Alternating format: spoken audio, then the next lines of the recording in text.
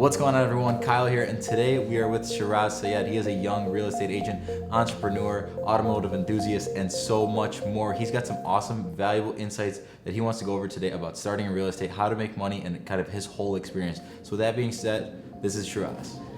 What's up, guys? Kyle, thanks for having me on. Like you mentioned, I am a real estate agent in the Chicagoland area. Starting young, I think it's important to learn different type of aspects in terms of investing, being an agent, and it's different areas of where you can kind of maximize your passive income. Now, I was pretty young when I started real estate. I did start real estate when I was in high school. I used to manage my dad's properties, going tenants to tenants, talking to them, signing leases, and pretty much just managing 10 plus units at a time in high school, which is pretty tough because my dad's a little bit older, so I had to compensate for that lack of management that he had. Also, he worked a full-time job, so I had to kind of make up for it. Now, being from a family of college graduates, I had to go to college, kind of prove myself. Not all of you guys need a college degree to get into real estate, and I'm gonna go more into that in the later videos. But basically, I just wanted to add some value. If you're interested in being a real estate agent, you're 21 or above. Usually that's kind of like the age requirements nowadays. Sure. It's pretty simple. I got into it, just after realizing I had family, I had friends that all want to get into real estate, and with investing and everything like that going on, appreciation in markets. I thought, hey, I like what I'm doing and I like the field. Yeah. Maybe I can add some value to my friends and family who are looking to get themselves into real estate. Yeah, 100%. I meant to ask you because I think everyone's sort of wondering, like, how do you actually, after what exams do you need to take, and how soon after you take those exams can you actually start buying homes with selling homes and helping others buy homes? Right. It's a great question. So depending on where you're watching this, we're in Illinois right now, and currently, all you have to do is pretty much take an exam, like a licensed real estate Illinois exam. That's pretty standard in most states here in the U.S. But basically, I took a 6-week course, and pretty much all of you viewers that are watching, you can take the same course I did. I took it at Chicago Real Estate School over last summer.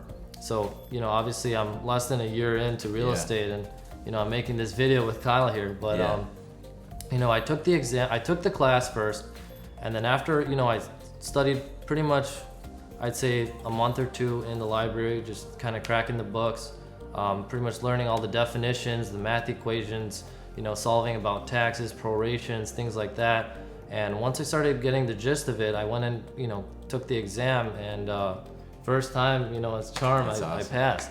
So, and at that point I knew, I was like, look, if I can do this, there are a lot of other people, a lot of young entrepreneurs that are looking to get into it. I know a lot of my buddies are starting to kind of get influenced about what I'm doing. So I think that's a great opportunity for you guys, a lot of you young guys that are looking, after college, post-college, or even after high school, thinking, hey, what am I supposed to do? What do I want to try out? What do I want to experiment? So I think real estate, there are a lot of different areas in real estate where you can add value. And even being your own agent, I'm my own agent. I'm 22, about to turn 23 this year. And, I've already been, I'm not saying I'm some top #1 realtor in Chicago yet, but, I'm getting there, and I still have a lot to learn and everything like that. But, there's a lot of things that I have learned, and if you were to tell me a year ago where I've come now, I wouldn't believe myself. I've done over $2 million in sales this year, which some of you guys who are watching might be doing $10 million of sales. But I think that the position I'm in, I started in college, by the way, guys, if you didn't know. Started as a senior in college, kind of just got into it. Yeah, you got your license. Yeah, I got my license as senior in college. Before, but And then basically I sold real estate while in college, and now I'm just postgraduate, taking a year off and just kind of, experimenting, dipping my toes in.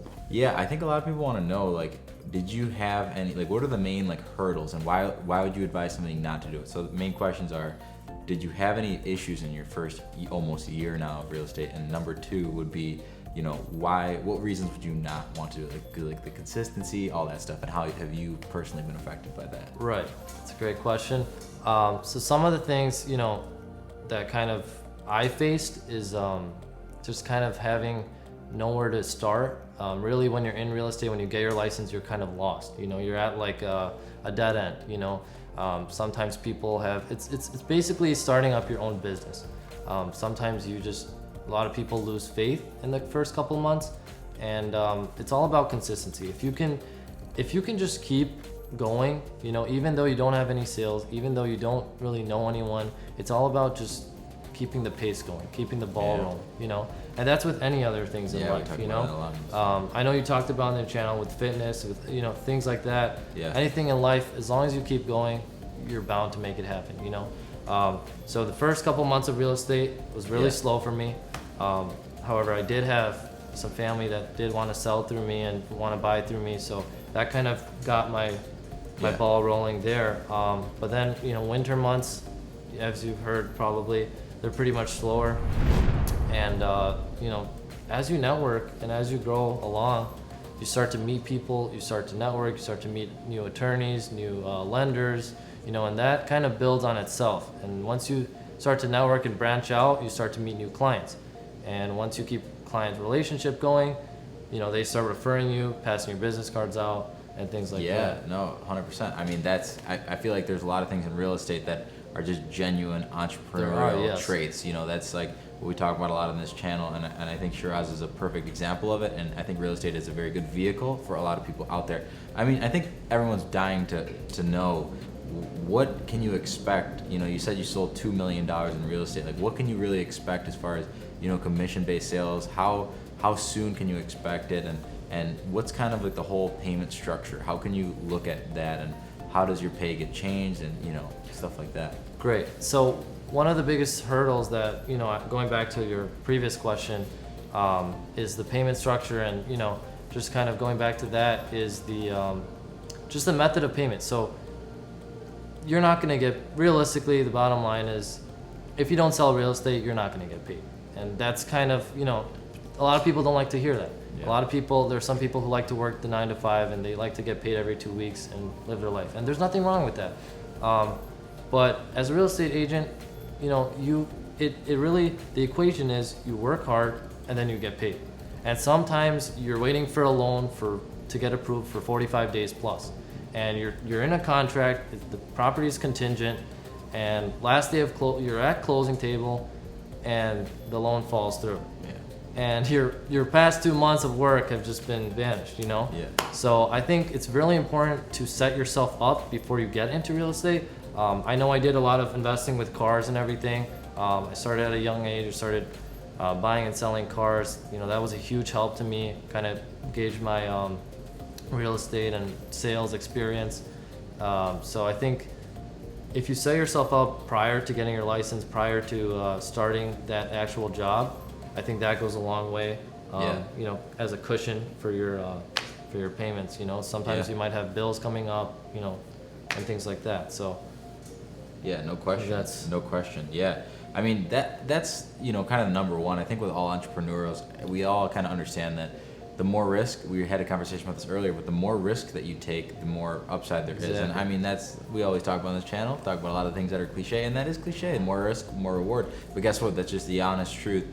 You get paid on things that aren't guaranteed, and by going out there and doing those cold approach calls or sales or whatever it might be to help and add value to your client. Now, we wouldn't be anywhere, neither of us, if we weren't adding massive amounts of value, and that's kind of the baseline of every story in entrepreneurship, is you have to provide more value than the next person in order to get that business or to get that client and to get repetitive clients. Because nowadays in the internet age, you know, you can't go out there trying to, you know, pull the wool over people's eyes, because one bad review will show up all over online, and all you have to do is do a quick Google search. So it's very important to keep a very good reputation in all areas of business, and real estate is definitely no exception in the whole game of things. But I mean, wrapping it up, my main kind of overarching question, now that we've kind of gone over some of the topics, is like, would you recommend this to somebody? Who would you recommend it to? Would you recommend somebody who doesn't go to school? And what kind of structure do you think somebody needs to have in life in order to go into real estate,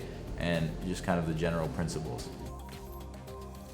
I think the best thing for someone to get into real estate and who that person is self-awareness. So whether or not you go to college or whether or not you're not in school or you're working a different job, I think it's good to know who you are as a person. So if you're the type of guy that can wake up, motivate yourself, write goals, pick up where you left off, or kind of just go out and market yourself and be a sales guy, talk to people, you're outgoing, you're charismatic, and not everyone is gifted with those qualities, but I think the more you put yourself in uncomfortable situations, I know you talked about that in your other video, I think that helps a long way. So with that being said, I think that's kind of wraps it up. And I think that was a really good conversation. I think that leads us into a lot of more videos. We want to do a lot of more content together. Me and Shiraz have been working together for many years on different projects and different investments. So I think we have a good dynamic, and we definitely know each other's vibe, and we both taken separate entrepreneurial paths that I think everybody watching can definitely benefit from. Now, we don't claim to be the biggest experts in the world, but we want to be the young person's kind of guide and help for making the tens of thousands, not the millions just yet. We're working on it, we all are, but we got to take advice from people who've been in your shoes and somebody who's relatable. So I think we're both very good candidates for that. Once again, as always, like this video if you like it, dislike it if you didn't. Thank you, Shiraz, so much for coming out today. Awesome. Subscribing Thank would you. mean the absolute world to me, as you know, and I'll see you guys in the next video. Shiraz, any final thoughts? See you guys in the next video. We're covering a lot more information on real estate and investing and bigger things like that. So Kyle, with that being said, thanks for having me. Appreciate it. See you guys.